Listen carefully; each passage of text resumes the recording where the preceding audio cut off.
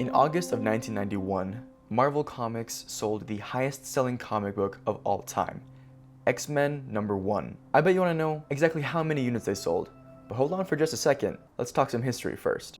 The X-Men is arguably one of the most loved and yet hated superhero comics of all time. They've gone through more ups and downs and more fluctuations in popularity than pretty much anybody else. Then in the mid-70s to the 80s, they had their renaissance, revolutionizing the superhero comic book experience.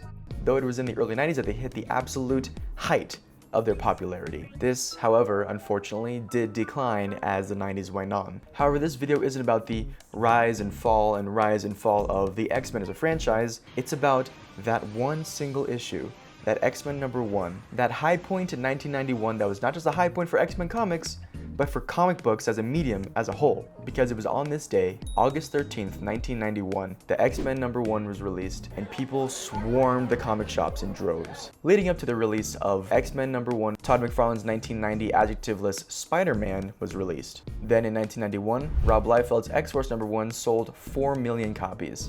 X-Force held the record for the highest-selling comic of all time for around 2 months, until Chris Claremont and Jim Lee's X-Men #1 sold over 8 million copies. I don't think you understand how huge this was for X-Men and comics culture as a whole in the 90s. Thanks to the success of this book, the 90s was absolutely inundated with X-Men comics, video games, cartoons, whatever you can name. X-Men #1 was undeniably a big deal, and in 2023, I finally read it. It's kind of an interesting start, to say the least, a little unexpected. Because of the 70s and 80s, X-Men became almost synonymous with space adventures. And this is exactly how this issue starts. Except we don't see any of the X-Men in this first scene. It starts out more like Star Wars, with 2 different groups of people in spaceships firing at each other. One group is trying to escape and the other is pursuing the other.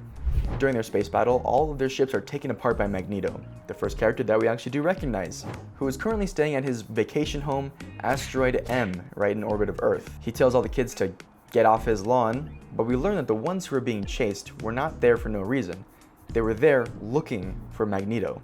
Back on Earth, both the Russian and American governments are freaking out because Magneto destroyed their ships, and they're worried that he's going to be a huge threat to them. So Nick Fury decides to call the X-Men.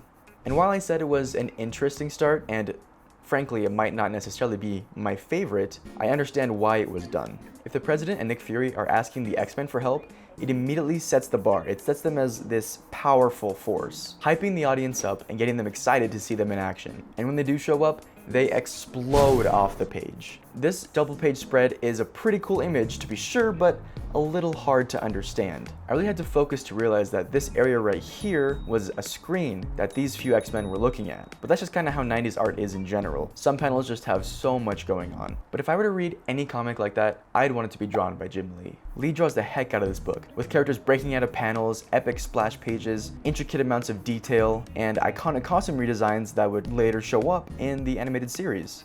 Jim Lee is a legend for a reason.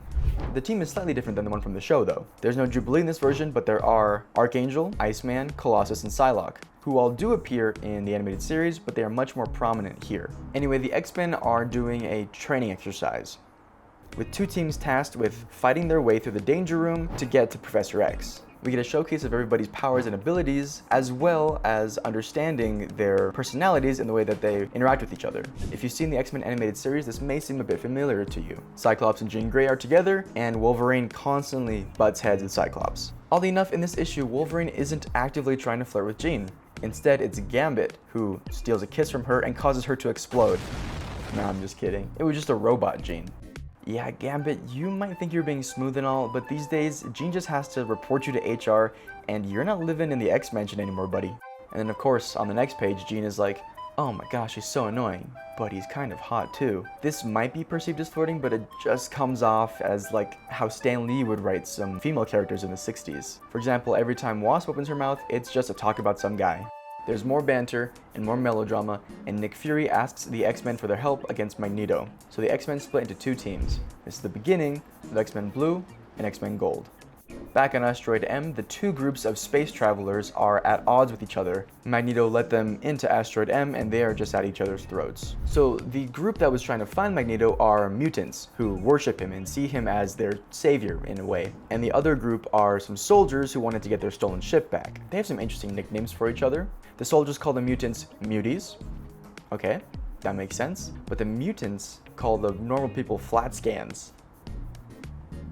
I don't know what that means. Magneto is also confused, but someone just says that's what they call regular people. We are then introduced to Fabian Cortez, a very 90s X-Men character if you remember him. Just look at that luxurious ponytail. On Earth, Professor X sends out the Blue Team, which consists of Cyclops, Gambit, Beast, Wolverine, Psylocke, and Rogue.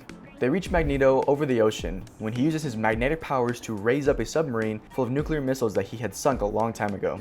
A battle starts. Psylocke shows off a lot of skin, but not as much as Beast here, because we believe in equality. And Wolverine goes for a killing blow that Magneto dodges. I love Magneto's reaction here. He's like, guys, literally not that long ago, we were friends. We were like doing missions together and stuff. I think I was leader of the X-Men. Now you're coming trying to kill me? I wasn't even doing anything. Magneto eventually gives up on trying to convince them that he's changed and decides to flee. Rogue follows. The two have a conversation because they had a romantic relationship together at some point. Then a Soviet jet fighter appears and fires missiles at Rogue. Magneto, the master of magnetism, who can do basically anything he wants, does not stop the missiles from hitting Rogue. I'll just chalk it up to him having a rough day. People are killing each other in his house, his old friends are trying to kill him. So after Rogue is hit, Magneto sends her away, and then he sets off one of the nukes to mask his escape. Back on the asteroid, Magneto is so sad that his friends tried to kill him. And now's a good time to talk about Magneto's descent into villainy. As I said before, for a good long while, Magneto and the X-Men were pretty tight. But when the time came to launch a new X title, Chris Claremont, or more likely the editors, decided it was time to make him a villain again, because he's the main villain that people think of when they think about the X-Men. People wanted something new and yet familiar, but still a simple story of the X-Men fighting Magneto. Good guys fighting bad guys.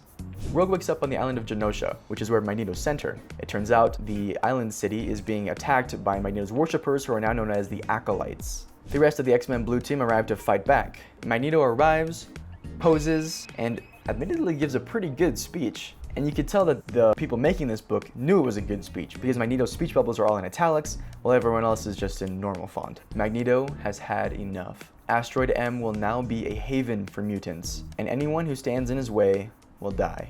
At the same time, Moira McTaggart is crying, saying that everything that's happening is her fault. Gotta get that cliffhanger in somewhere. Whew. So a lot happened in X-Men #1.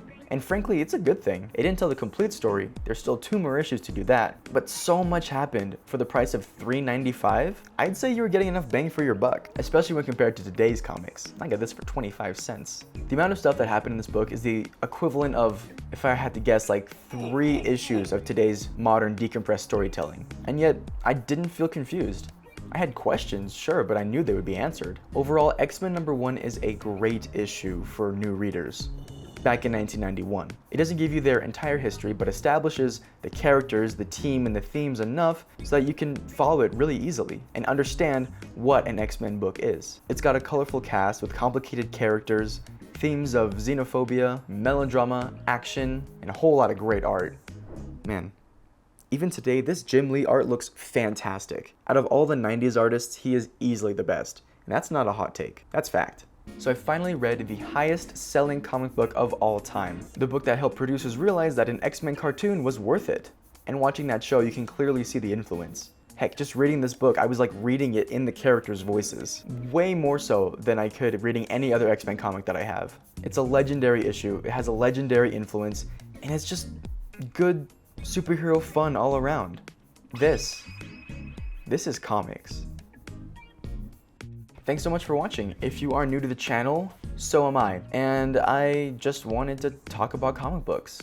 I have another channel that's more manga and anime based, but I just really want to do more comic stuff. That's just what I grew up with. It's more dear to me, so it's what I want to talk about. So if you're interested in, comic books, histories, how to get into them, certain characters, then stick around.